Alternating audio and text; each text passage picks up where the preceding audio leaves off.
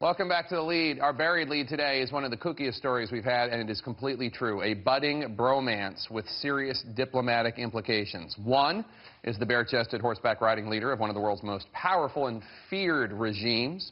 The other, a washed-up action star, known more for his high-flying kicks in memorable flicks like Under Siege and Under Siege 2 and Above the Law. That's right.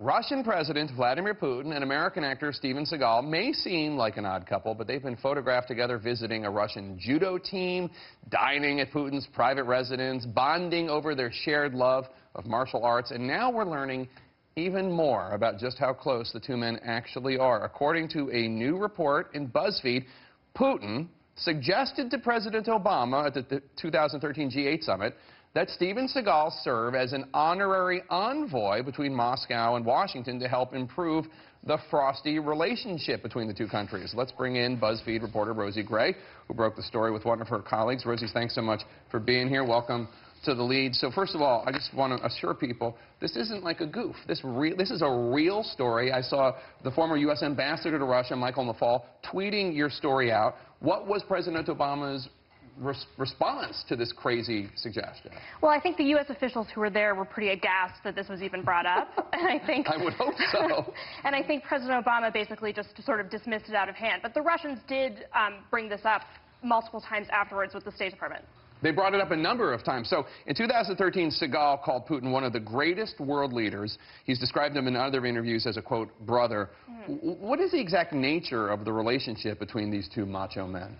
Well, I mean, it looks as though they're basically friends, but also, obviously, for President Putin, there's a certain propaganda value, and also it fits into this air of sort of macho, tough guyness that Putin tries to cultivate for himself. Does Seagal actually have any clout in Russia?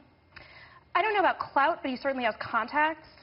From our reporting, we understand that he's on sort of a first-name basis with several high-level Russian officials. He can call them on the phone, etc. And what do you think it is about Putin and the celebrities that he finds so intoxicating? He's also obviously been interested in Mickey Rourke and Sharon Stone, Jean-Claude Van Damme, to reach back again to that era. They've all visited Russia. What is it about them that Putin seems to like? Well, I think Putin himself, I mean, his presidency is all about sort of the cult of his own celebrity, of his own personality. So I think it's an ego boost to him to surround himself with these celebrities. And there's also sort of a certain propaganda value in the fact that a lot of them are Western celebrities. Although that has changed a little bit in the past, I would say, year or so since the U.S.-Russia relationship has disintegrated so much.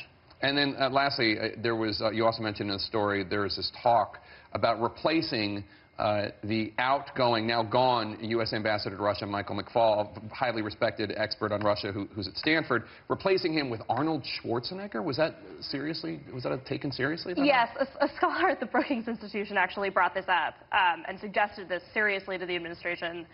It never happened, but this was a serious thing that was suggested. What's the thinking behind putting the governor in that position? Why? Well, again, it's the sort of tough guy, macho thing. Putin would sort of understand him. Also, Arnold speaks fluent German, and that's a language that Putin feels very comfortable in.